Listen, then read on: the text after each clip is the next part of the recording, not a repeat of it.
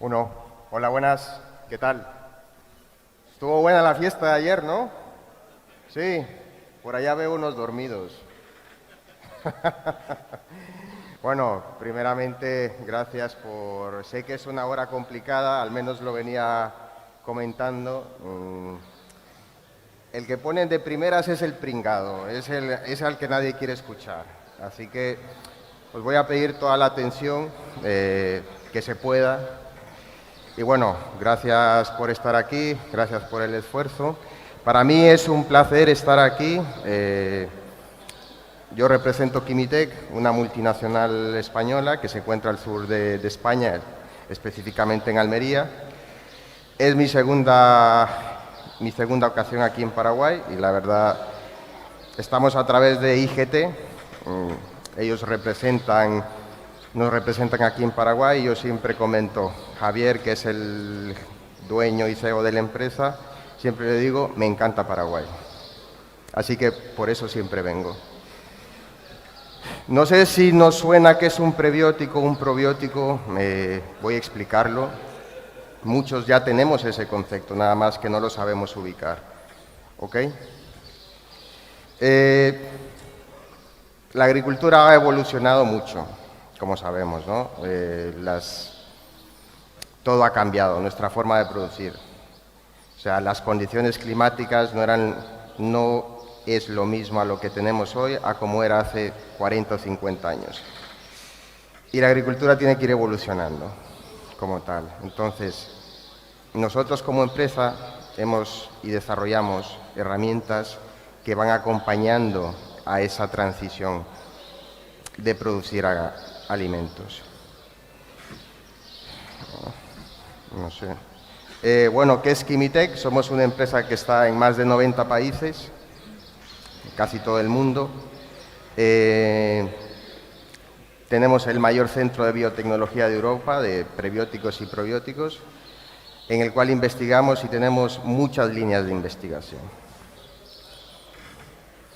¿En qué nos enfocamos? Nos enfocamos en todos estos, desde la productividad agrícola, que es nuestro fuerte, lo humano y lo ambiental. ¿Cómo ha sido nuestra cronología? Somos una empresa, podríamos decirlo, relativamente nueva, pero con un concepto diferente. Me refiero a concepto diferente porque cambiamos las formas de hacer las cosas. Entonces, somos la primera empresa, que esto es lo más novedoso, que estamos implantando lo que es inteligencia artificial para acelerar los procesos de investigación. Imaginémonos que la investigación siempre ha sido lineal, donde hay un proceso de recopilación, de información, de investigación. Entonces, lo que hacemos con la inteligencia artificial es integrar, porque apenas conocemos el 1% de los biocompuestos del planeta. O sea, imaginémonos que tenemos un 99% de compuestos que son desconocidos. Y ahí es cuando incorporamos inteligencia artificial, para acelerar los procesos de investigación. O sea, pasamos de un producto puede ser lanzado en 10 años, al incorporar inteligencia artificial pasaremos a 4 años. O sea, es acelerar lo que ya se está haciendo. Somos la empresa con 5 Horizon 2020. Esto es considerado los Oscars de la investigación europea. Somos la única empresa la cual ha sido nominada a nivel europeo como la principal empresa investigadora. O sea, tenemos distintas plataformas de investigación, desde plataformas de bioherbicidas, biopesticidas, biofungicidas y también en el tema de lo que son prebióticos y probióticos, que es lo que vamos a comentar hoy. ¿En qué estamos? Ya hablando en el área agrícola y entrando en materia, que es lo que nos interesa, estamos en todo ello. Desde biocontrol, bioestimulantes, biopesticidas, tratamiento de semillas y lo que son también fertilizantes de alto valor añadido. Comentaré un poco lo que es Mavi. Mavi es nuestro centro de innovación. Como he comentado anteriormente, es el mayor centro de investigación de Europa como tal. más de 5.000 metros cuadrados de investigación, donde tenemos más de 50 proyectos, hemos invertido más de 23 millones de euros en investigación en un plazo de 5 años. O sea, eso es mucha investigación. Tenemos que considerar que hay un pacto que se llama Green Deal, que eso siempre decimos, todo lo que se hace en el hemisferio norte luego nos afecta a nosotros en 5, 10 años. Entonces, son cosas que de momento no lo estamos pensando, pero tenemos que ir pensando en evolucionar hacia una agricultura más sostenible. Tenemos las herramientas, sí que siempre estamos en campo y nos encerramos a lo que siempre hemos hecho, ¿no? Y he dicho y pregunto, ¿las condiciones con las que producimos hoy en día son las mismas a las que producimos hace 20 años? No. ¿Hemos cambiado nuestra forma de hacer agricultura? Bueno, más o menos. Entonces, tenemos que ser conscientes y dar ese paso y decir, oye, las condiciones no son las mismas, mi sistema tiene que evolucionar con esas condiciones que se van dando. Entonces, claro, ahí viene una gran pregunta, pero las herramientas que existen en el mercado no están directamente correlacionadas con la problemática que tenemos hoy en día. Entonces, nosotros entramos como esa empresa para dar esas herramientas que acompañan a todo lo que he mencionado. Tema ambiental, tema climático, regulatorio, etcétera. Lo he mencionado, somos la primera empresa en el sector agrícola que incorporamos inteligencia artificial. Esto básicamente solo se da en lo que es la industria farmacéutica, pero somos la primera empresa en implantar inteligencia artificial a nivel mundial.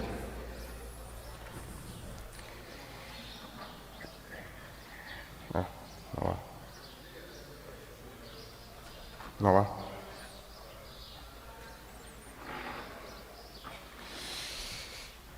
Bueno, este es un poco el esquema cómo hemos ido evolucionando agrícolamente a nivel mundial. No sé si nos suena.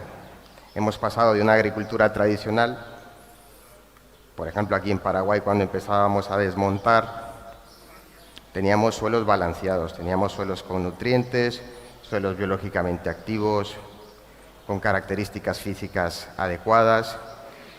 Luego llegamos a lo que es la fase 2. Eso vino acompañado con la revolución industrial, con el tema de los fertilizantes, empezamos a aumentar aplicación de fertilizantes, moléculas químicas, etc. ¿Cuál ha sido el problema?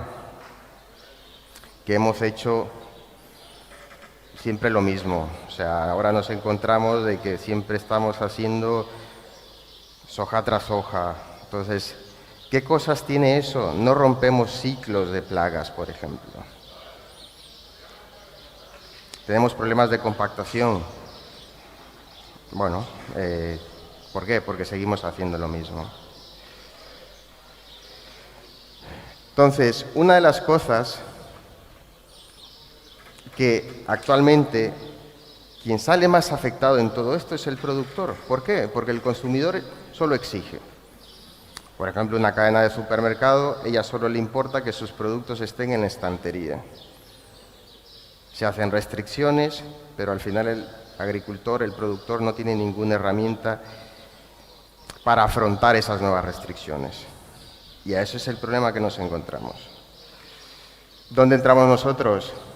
Aquí, en la fase 3, donde creamos herramientas para afrontar esos retos. Porque tanto políticas agrarias, igual todo lo que es investigación, no está redireccionada hacia dónde está yendo la agricultura. Imaginémonos un suelo, he dicho antes, teníamos suelos no tratados, en los cuales eran suelos vírgenes. Empezábamos con bajos rendimientos, porque estábamos empezando a manejar tanto cultivos, suelos, etc. Pasamos a la agricultura industrial, donde aplicábamos fertilizantes, pesticidas y teníamos altos rendimientos. Pero nos hemos dado cuenta de que no hay una correlación directamente proporcional entre aplicación de fertilizantes y aumento en productividad. Entonces, nos hemos dado cuenta de que tenemos que considerar muchas variables en ello. Y pasamos a la agricultura responsable. Cuando me refiero a la agricultura responsable, me refiero a que ya no solo consideramos cuestiones físicas y químicas a nivel de suelo, porque una de las claves de control y de manejo a nivel de agricultura extensiva es el suelo. Y creo que en charlas anteriores se ha comentado un poco, ¿no? Entonces, claro, pasamos que en la revolución industrial teníamos altos rendimientos, pero ahora los altos costes de los inputs, por ejemplo, fertilizantes, pesticidas, entonces nos estamos quedando con pocas herramientas. Y ahí ya tenemos que ser más inteligentes y nos vamos a lo que es la agricultura responsable. Aprender a manejar lo que tenemos, nuestros recursos. Y lo he preguntado al principio, no sé si nos suena lo que es un prebiótico y un probiótico. Hemos estado usando ese concepto, por ejemplo, hace 20, 30 años no teníamos noción o nadie aplicaba Bradyrhizobium en soja, por ejemplo. No conocíamos eso, sembramos soja y luego a través de la investigación nos hemos dado cuenta de las ventajas que nos da un Bradyrhizobium, que es un probiótico, por ejemplo. Entonces, aquí lo he mencionado, nos hemos siempre preocupado por el tema a nivel de suelo, químico y físico, pero hemos dejado de lado el aspecto biológico. Entonces, si queremos tener un suelo balanceado, tenemos que integrar las tres cosas, un aspecto físico, químico y biológico. ¿Por qué? El suelo es uno de los recursos menos estudiados a nivel mundial, porque es lo más difícil. La interacción entre raíz, planta, suelo, es de los temas más difíciles de investigar, porque es muy complejo. Entonces, imaginémonos que el suelo alberga la mayoría de la biomasa viva de nuestro planeta. O sea, imaginémonos el potencial que tiene nuestro suelo y esos microorganismos. Algunos estaban aplicando, por ejemplo, pseudomonas. Por ejemplo, es un probiótico, son solubilizadores de fósforo. Entonces, incorporamos eso, estamos incorporando. Y eso es una buena señal, porque estamos abiertos a nuevas cosas. Para que nos hagamos una idea de qué es un suelo de biomasa media, un suelo bioactivo. Imaginémonos todo lo que tiene un suelo bioactivo.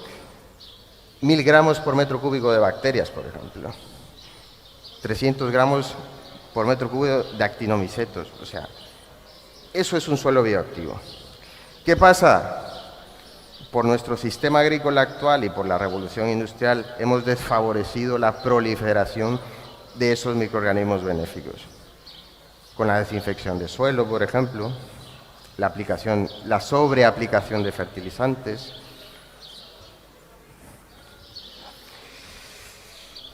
¿Y cómo afrontamos esos retos que he mencionado? ¿Cómo generamos ese equilibrio en el suelo? He dicho, es muy fácil considerar el aspecto químico y físico. Ahora, el más complicado es el biológico. ¿Por qué? Porque son microorganismos. Son pequeños animalitos vivos, con los cuales, si lo sabemos manejar, tendremos una cantidad de beneficios increíbles. Lo vuelvo a mencionar, probióticos son todos aquellos microorganismos benéficos. Prebióticos son regeneradores de la microbiota del suelo. Quizás lo que es prebióticos os suene un poco a chino porque es un concepto nuevo, o quizás se nos venga a la cabeza una vaca, porque el concepto prebióticos en producción animal sí que se utiliza. Luego explicaré qué son los prebióticos y por qué se están implementando lo que son prebióticos en la agricultura, tanto intensiva como extensiva. Prebióticos. A nivel mundial hemos escuchado micorrizas, lo he dicho antes, pseudomonas, bacillus, etc. El poder de las micorrizas en la agricultura extensiva es enorme. ¿Y por qué? Por ejemplo, una de las cuestiones, bueno, he preguntado y he visto cabezas moviéndose por ahí, es el tema de la gestión del agua y los nutrientes. ¿Qué pasó el año pasado? Hubo una sequía bastante considerable, ¿no? Entonces, imaginémonos que el volumen de exploración de una raíz es muy limitado. ¿Qué pasa si aumentamos el volumen de exploración? Aumentamos la capacidad de la planta de que pueda tomar nutrientes y agua donde la propia raíz no llega. Entonces, ahí entramos con el tema de mejora de la gestión del agua y los nutrientes, con el uso de micorrizas. Otra de las cosas y beneficios que tiene es que nos ayuda a superar esas fases de estrés originadas en suelos desfavorables. Aquí, por ejemplo, tenemos suelos pesados, suelos arcillosos, suelos compactados. También tenemos suelos ácidos. Pues todo ese tipo de cosas, si hacemos el buen uso de este tipo de microorganismos, no estoy diciendo que vaya químicamente, por ejemplo, un suelo ácido, esa acidez la tenemos que tratar de forma de enmiendas. Lo que hace una micorriza es ayudar a la planta a poder instalarse, a poder superar esas fases de estrés generado por este tipo de estrés en suelo. Eso que quede claro. Otra de las cosas que nos permite es, por ejemplo, y digo esto porque hemos hecho varias visitas y he visto que se utilizan tricodermas, antes no las usábamos y ahora mezclamos incluso el fungicida con la tricoderma. ¿Por qué? Porque hemos visto un beneficio a nivel de control de fitopatógenos, ¿no? Entonces, la micorriza nos permite producir en presencia de plagas y enfermedades, especialmente, que es un problema que tenemos en campo, nemátodos y hongos. Entonces, imaginémonos, tenemos un suelo sin micorrizas y un suelo con micorrizas. ¿Qué pasa? Que ampliamos esa capacidad de exploración del suelo. Si antes una raíz llegaba a los primeros 15 centímetros de suelo, con la simbiosis de una micorriza y la raíz de la planta, podemos llegar incluso, cada centímetro de raíz micorrizada equivalen a 3 metros de IFA. O sea, imaginémonos, suena una locura. 3 metros de IFA por cada centímetro de raíz micorrizada. Entonces, imaginémonos la cantidad de suelo que una planta puede tener acceso a través de una IFA de una micorriza. O sea, es impresionante. Entonces, si tenemos eso, ¿a qué llegamos? A captación de más agua, de más nutrientes, especialmente fósforo, por ejemplo, que es un elemento muy limitante en estos suelos.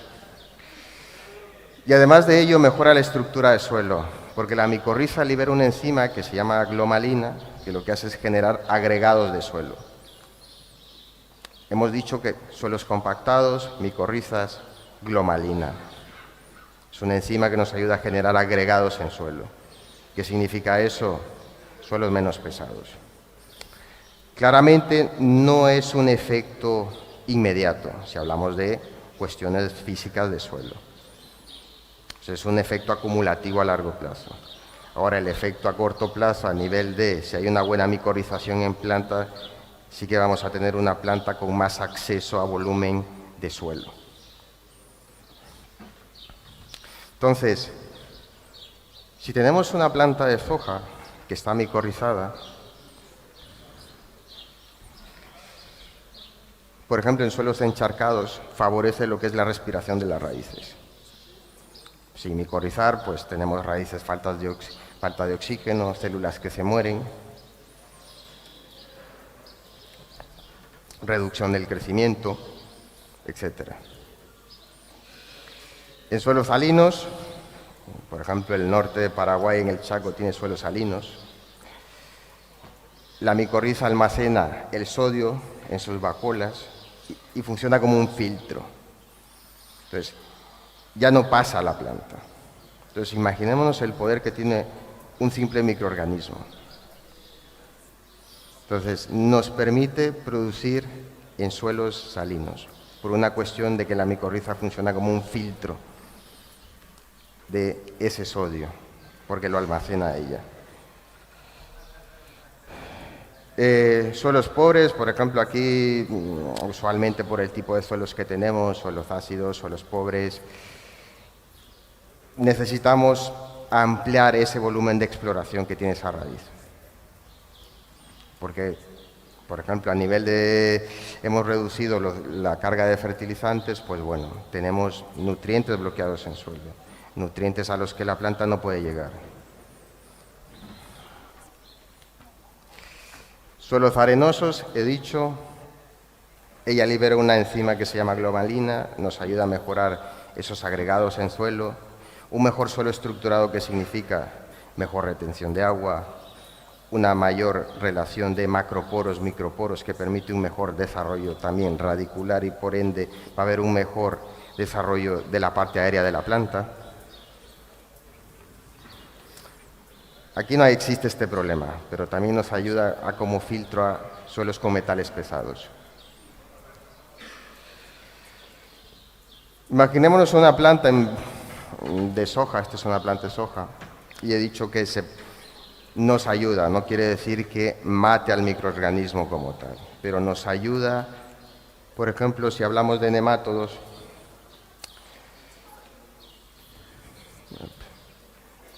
ya a nivel del concepto como tal, del por qué nos ayuda a producir en suelos con alta carga de fitopatógenos, en este caso nemátodos, la primera es por espacio dentro de la raíz, porque se generan arbúsculos, no sé si se logra ver, pero hay como puntitos negros, esos son arbúsculos del hongo dentro de la raíz. Es una raíz micorrizada, por ejemplo. Tiene un efecto nematostático, no nematicida, si son dos cosas diferentes. Nematostático es que aleja, que ahuyenta. ¿Y por qué sucede eso?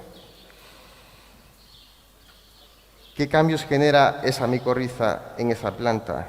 Recordemos que la planta libera exudados radiculares y exudados foliares. La planta no es tonta, ninguna de las plantas. Todas las plantas han tenido una evolución y han ido evolucionando. Todas ellas liberan exudados radiculares, exudados foliares para atraer microorganismos que sean benéficos y generar simbiosis entre ellos. ¿Qué es lo que hace? Las micorrizas modifican ese tipo de exudados que la planta libera como tal. Entonces, ¿qué nos da eso? Pues tiene una acción nematostática. Envían los nemátodos a zonas alejadas de la raíz. Por la modificación de esos exudados radiculares que da la micorriza en la planta.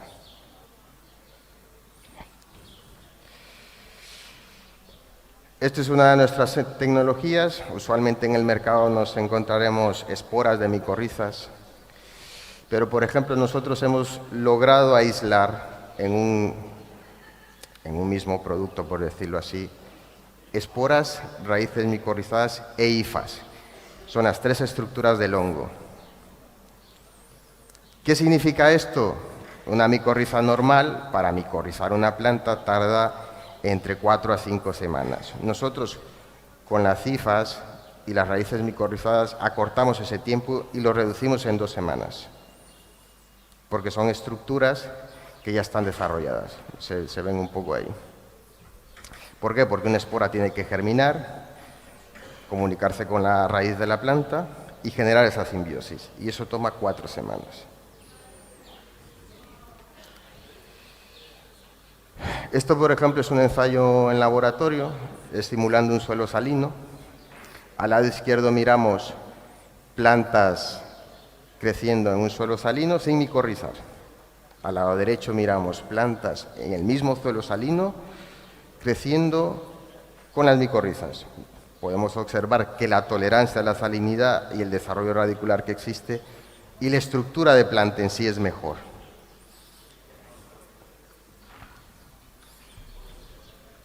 Esto ya, por ejemplo, son experiencias tenemos muchas experiencias a nivel mundial como tal. He mencionado antes que somos una empresa que está en más de 90 países. Hemos logrado aumentar en tema de extensivos, producción.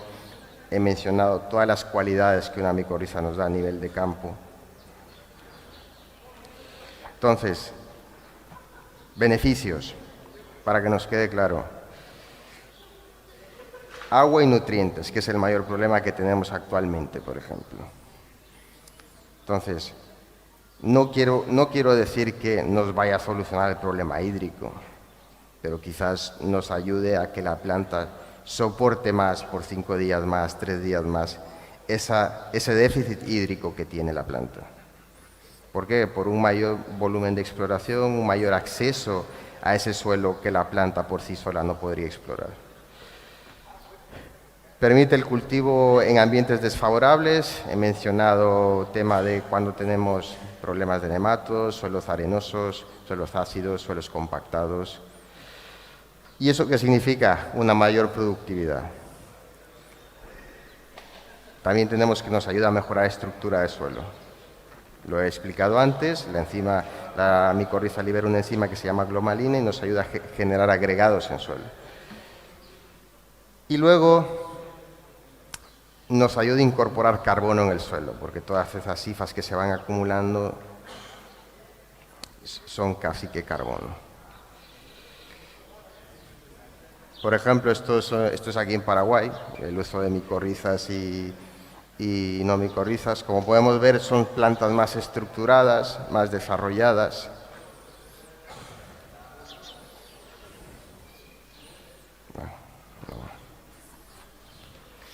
Al lado derecho está micorrizado, al lado izquierdo no. Podemos observar una mayor estructura de planta, un mejor crecimiento. Lo mismo, plantas más estructuradas, plantas más grandes. Aquí ya vemos igual, vemos en el lado derecho una planta con un mejor desarrollo radicular, una planta más estructurada. Por ejemplo, aquí son plantas donde podemos observar que no son tan delgadas como las otras, o sea, la estructura de planta a nivel es muy importante. Y aquí vemos una relación entre raíz y parte aérea. Otro ejemplo, plantas no micorrizadas, plantas micorrizadas. Vemos una gran diferencia como tal. Otra de las cosas que también observamos es mayor cantidad de nodulación. Al lado izquierdo tenemos 240 nódulos, creo que, y aquí 200 nódulos y 240 nódulos como tal. Y claro, ¿eso qué significa? Mayor calidad de granos, peso de grano, que eso al final se transforma en mejores rindes como tal. Bueno, voy a comentar rápidamente qué son los prebióticos. He dicho antes, este es un concepto nuevo en la agricultura extensiva, casi que nuevo. Si hablamos de prebióticos nos sonará eso, una vaca como tal, porque esto sí es un concepto que a nivel de producción animal se ha ido utilizando. Esto no va. Entonces, ¿qué son los prebióticos? Los prebióticos son esos exudados o esas moléculas que las plantas liberan para atraer microorganismos benéficos. Nosotros lo que hemos desarrollado son moléculas análogas a los exudados radiculares y foliares que la planta libera para generar y atraer esos microorganismos a ella. ¿Qué significa esto? Que la aplicación de prebióticos, cuando hacemos aplicación de prebióticos a la filósfera y al suelo, lo que estamos dando son esas biomoléculas a esos microorganismos benéficos que ya tenemos en el campo. Entonces, imaginémonos que tenemos un suelo con Microorganismos patógenos, microorganismos benéficos y microorganismos comensales. Actualmente, lo que más tenemos en porcentaje son microorganismos patógenos. Y aquí tenemos que ir evolucionando a nivel de suelo, de pasar de suelos conductivos, que son suelos con alta cantidad de patógenos, a suelos supresivos. Suelos supresivos son esos suelos en los que tenemos una mayor actividad de microorganismos benéficos.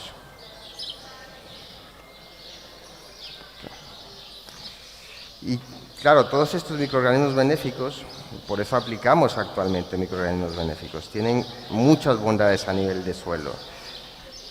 Desde nutrición, hablamos de una micorriza y una pseudomona, sintetizan moléculas bioestimulantes, por ejemplo las bacterias PGPR, son grandes productoras de fitohormonas. Y luego un aspecto importante, compiten por espacio con otros microorganismos. Ahí a eso llamamos suelos supresivos.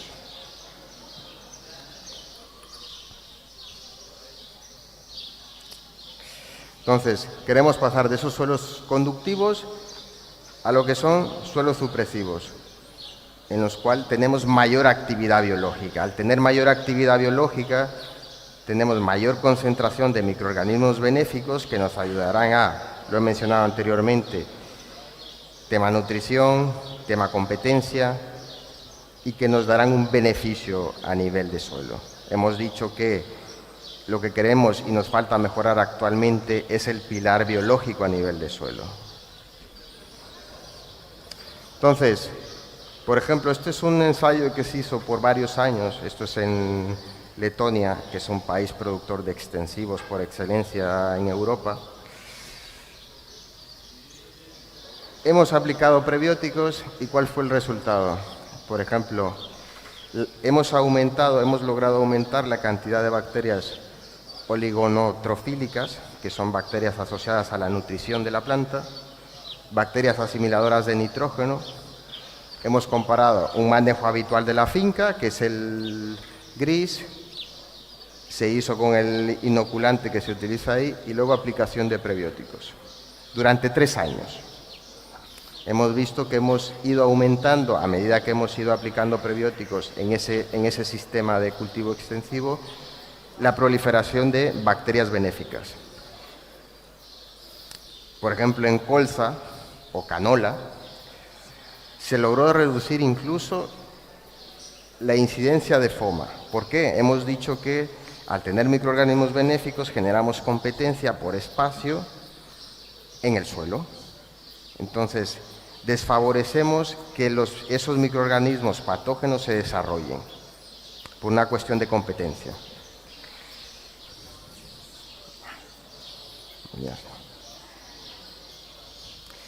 Fusarium, por ejemplo, fue otro de los microorganismos evaluados. Podemos observar que a lo largo de los años, con la aplicación de prebióticos, logramos reducir esa incidencia de Fusarium. Hablamos a nivel de prebióticos de suelo, ¿ok? Luego a nivel de hoja. Imaginémonos que una hoja contiene